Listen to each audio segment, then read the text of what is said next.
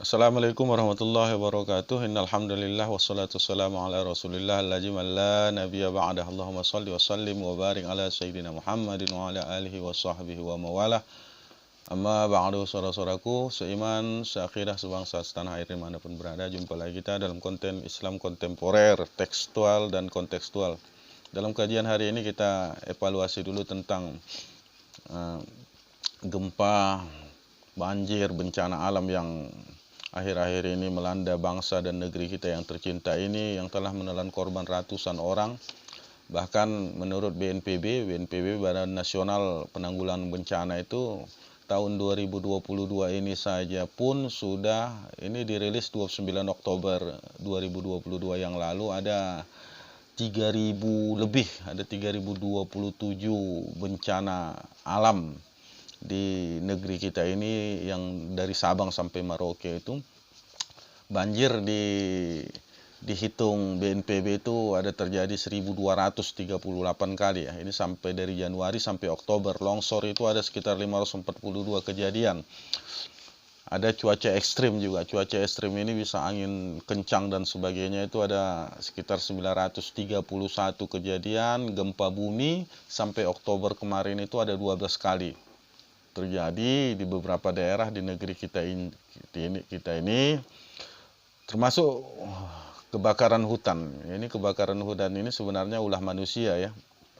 Terjadi 248 kali, ada abrasi laut itu 22 kali, yang menurut data BNPB sudah menelan korban 198 orang rakyat tak berdosa di negeri ini akibat kejadian-kejadian bencana alam yang terjadi ini. Bahkan menurut BNPB ada 3 juta lebih, ada hampir 4 juta ya, 3.900.000 sekian ya, 3.900.000 sekian orang yang mengungsi akibat bencana di tahun 2022 ini. Sementara korban secara finance kita bilang, ada rumah 5.000-an rumah yang hancur rusak berat ya. Ada 5.000-an lebih, 5.688 rumah itu rusak sedang. Sementara ada ratusan rumah ibadah, ada 321 rumah ibadah. Ada 21.000 lebih, 21.677 itu yang rumah rusak ringan. Ada jembatan juga sekitar 270 jembatan dan sebagainya. Itu dirilis di 29 Oktober yang lalu oleh BNPB. Dan ini belum termasuk yang beberapa hari yang lalu, tanggal 21 November, kita sama dikejutkan dengan jatuhnya sampai hari ini sudah hampir 300-an korban nyawa dengan gempa bumi yang terjadi di Cianjur. Tepatnya di Cianjur, Jawa Barat, tepatnya tanggal 21 November yang lalu, tepatnya sesudah zuhur jam 13.30. Gempanya sampai terasa di Depok, di tempat saya, di Jakarta, dan di beberapa daerah sekitar, Sukabumi dan sebagainya. Kepada korban kita sama-sama menghadiahkan Al-Fatihah dan doa kepada mereka, supaya mereka yang meninggal dunia ditempatkan Allah di tempat Raudhatam min Riyadil Jannah. Karena kita tahu Cianjur ini 98% itu mayoritas adalah penduduknya muslim. Mereka adalah saudara-saudara kita yang menurut data BNPB, pemerintah itu mayoritas yang meninggal dunia itu anak kecil. Karena memang anak kecil itu sedang tidur di rumah, terjadi gempa sehingga tertimbun dan sebagainya.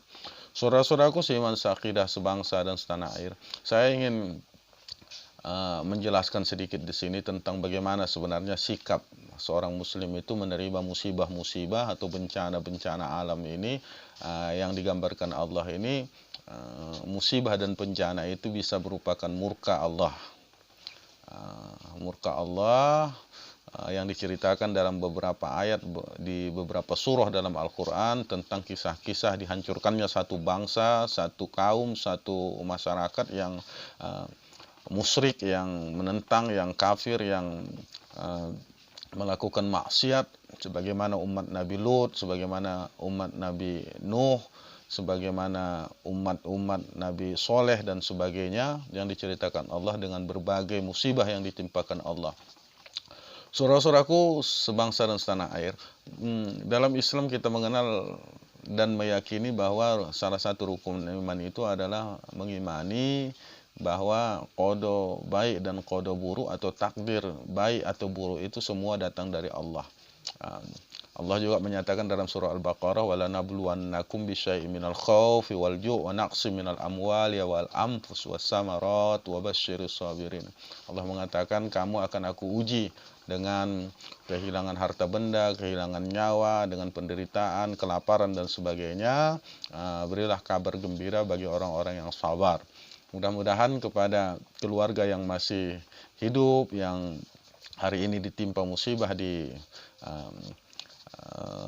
daerah, khususnya di daerah Cianjur, bisa bersabar, bertawakal kepada Allah, dan Allah mudah-mudahan dengan berbagai, mungkin hari ini berbagai ormas, lembaga pemerintah sudah menurunkan bantuannya ke sana, bisa diganti Allah dengan yang lebih baik lagi. Apakah itu berupa bangunan, berupa ke rumah dan sebagainya, alat-alat yang mungkin hilang hari ini. Saudara-saudaraku sebangsa dan setanah air, tentang takdir ini perlu kita cermati sebagai orang Islam yang mengimani Allah Ta'ala, namun berpahamkan Ahlus Sunnah wal Jamaah. Apa ini Ahlus Sunnah wal Jamaah? Ahlus Sunnah wal Jamaah ini yang masih mengimani bahwa ada ikhtiar dan usaha yang bisa merubah takdir Allah ini. Dalam beberapa kajian fikih, dalam kajian tauhid, ada dikenal dengan takdir muhram namanya. Takdir muhram ini adalah sesuatu takdir yang memang tidak bisa kita rubah. Misalnya saja takdir kita dilahirkan dari ayah siapa, mak siapa. Jadi kita nggak bisa minta juga mak kita presiden atau ayah kita gubernur. Ini sudah merupakan takdir muhram namanya, takdir yang azali. Kalau dalam kajian lain inilah yang disebut dengan qada Allah yang tidak bisa dirubah. Misalnya kita lahir sudah sebagai laki-laki, ini sudah qadanya Allah bahwa kita ini lahir laki-laki, tidak bisa kita minta dan tidak akan bisa kita rubah. Termasuk juga dalam kajian Ahlus Sunnah wal Jamaah itu tentang kapan kita mati, kapan kita meninggal dunia. Ini sudah ditentukan Allah Subhanahu wa taala di Lauhil Mahfuz. Namun ada takdir yang namanya takdir mu'allaq. Takdir mu'allaq ini adalah takdir yang bisa dirubah karena ikhtiar dan usaha manusia. Sebagai contoh misalnya tentang gempa bumi ini. Gempa bumi ini sampai hari ini itu merupakan hak dan kekuasaan Allah Subhanahu wa taala. Entahlah, mungkin kalau 500 atau 1000 tahun lagi ada ilmu pengetahuan teknologi manusia ini bisa mencegahnya. Namun sampai hari ini Jepang saja pun sebagai negara yang termaju di dunia ini belum bisa mencegah kalau terjadinya gempa. Mereka hanya bisa membuat ada satu alat yang namanya seismik sebagai alat pemantau bahwa akan terjadi gempa, dan itu pun hanya beberapa saat sebelum terjadinya gempa itu. Dan ini sudah dibuat juga di Indonesia, namun apakah mungkin kemarin tentang kejadian di Cianjur itu pemerintah juga termasuk BNPB atau di Indonesia ini dikenal dengan Badan Meteorologi dan Geofisika. Jadi badan yang mengatur, menentukan ramalan cuaca dan ramalan-ramalan sebagainya. Bukan ramalan lah, kalau ramalan ini sifatnya mungkin lebih syirik, tapi perakiraan. Hari ini sudah disebut perakiraan cuaca. Apakah mungkin ada peringatan? Itu Allahu a'lam kepada masyarakat di Cianjur. Tapi tentang gempa bumi ini, Jepang saja pun yang memang tahun 1923 yang lalu juga sudah pernah gempa besar dengan 7,9 magnitudo ya. Dulu skala Richter, sekarang magnitudo namanya. Itu di Tokyo dan Yokohama tahun 1923, jauh sebelum kemerdekaan negara kita ini, yang menelan korban ribuan orang waktu itu.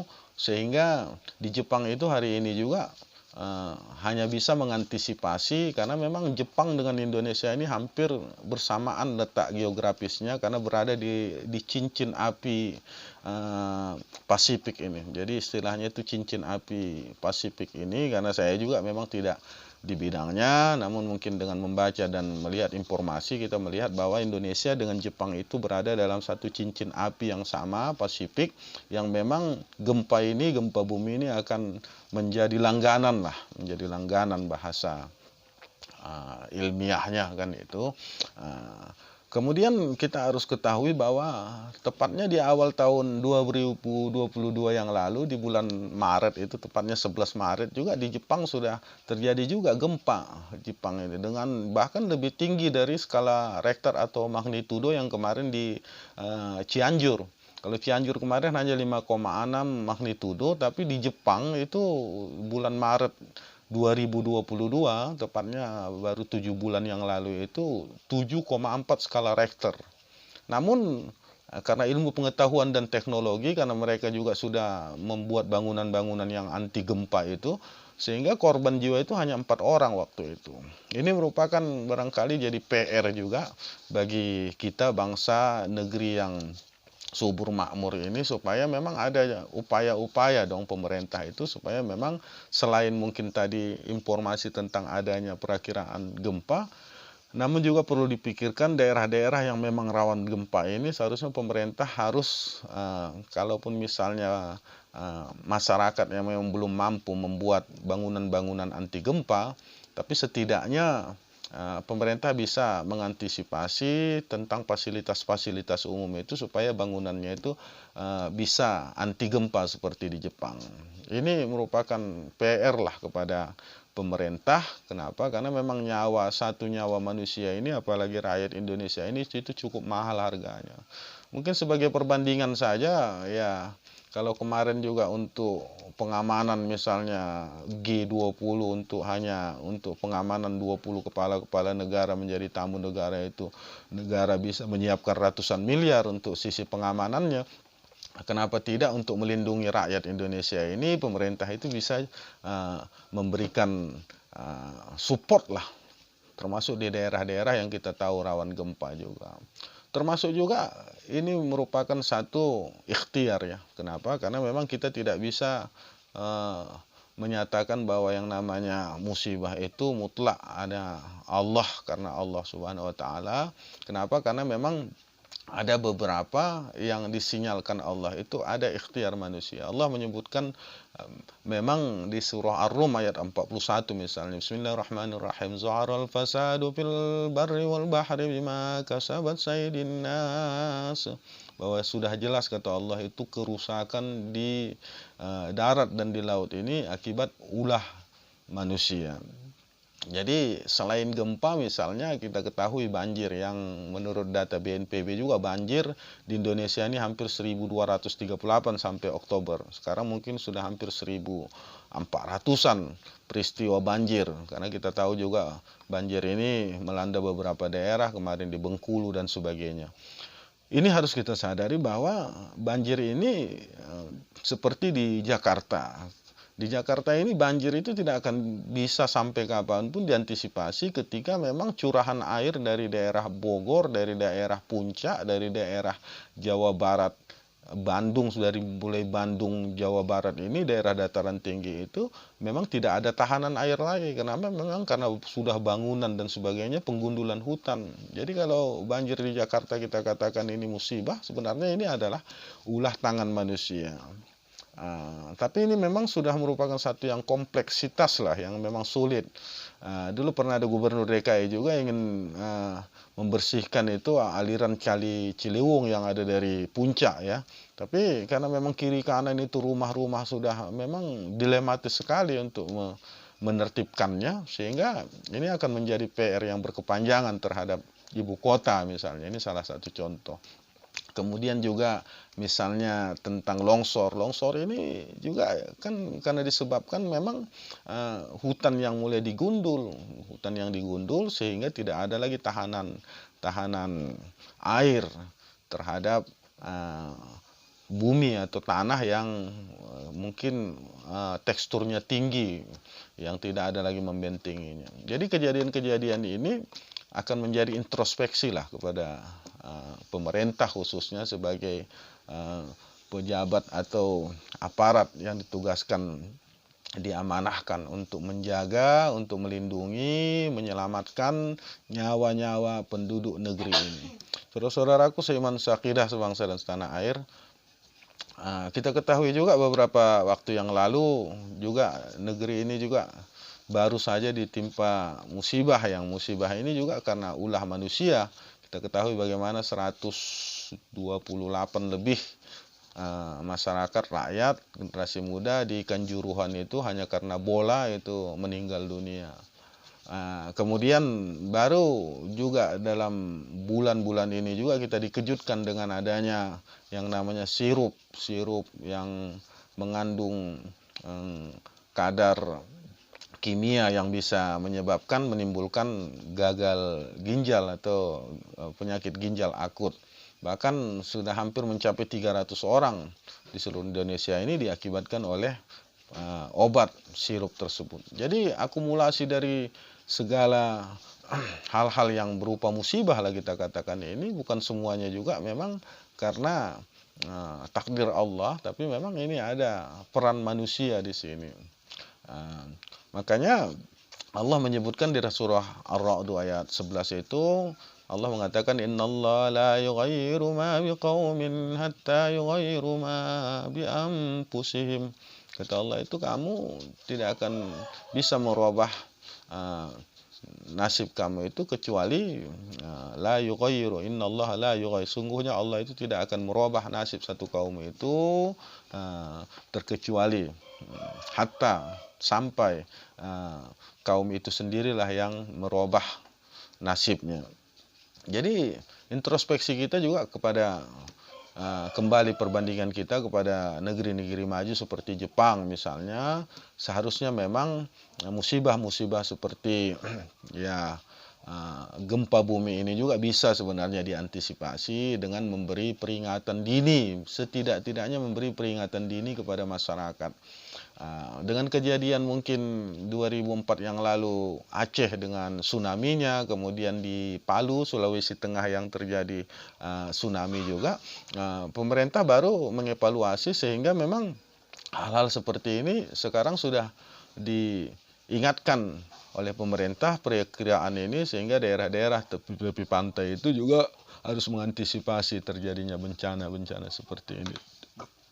Akhirnya kepada kita semua, dengan kejadian seperti di Cianjur ini merupakan introspeksi lah kepada kita, dan bisa jadi ini juga bukan merupakan peringatan atau ujian, bahkan ini merupakan murka Allah terhadap negeri ini.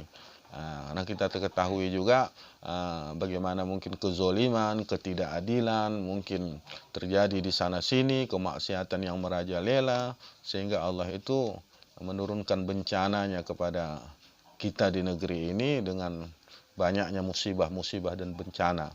Mudah-mudahan kita semua bisa introspeksi diri, terutama pejabat, terutama pemerintah, untuk bisa melindungilah segenap tumpah darah negeri ini, semaksimal mungkin melindungi nyawa-nyawa rakyat Indonesia ini.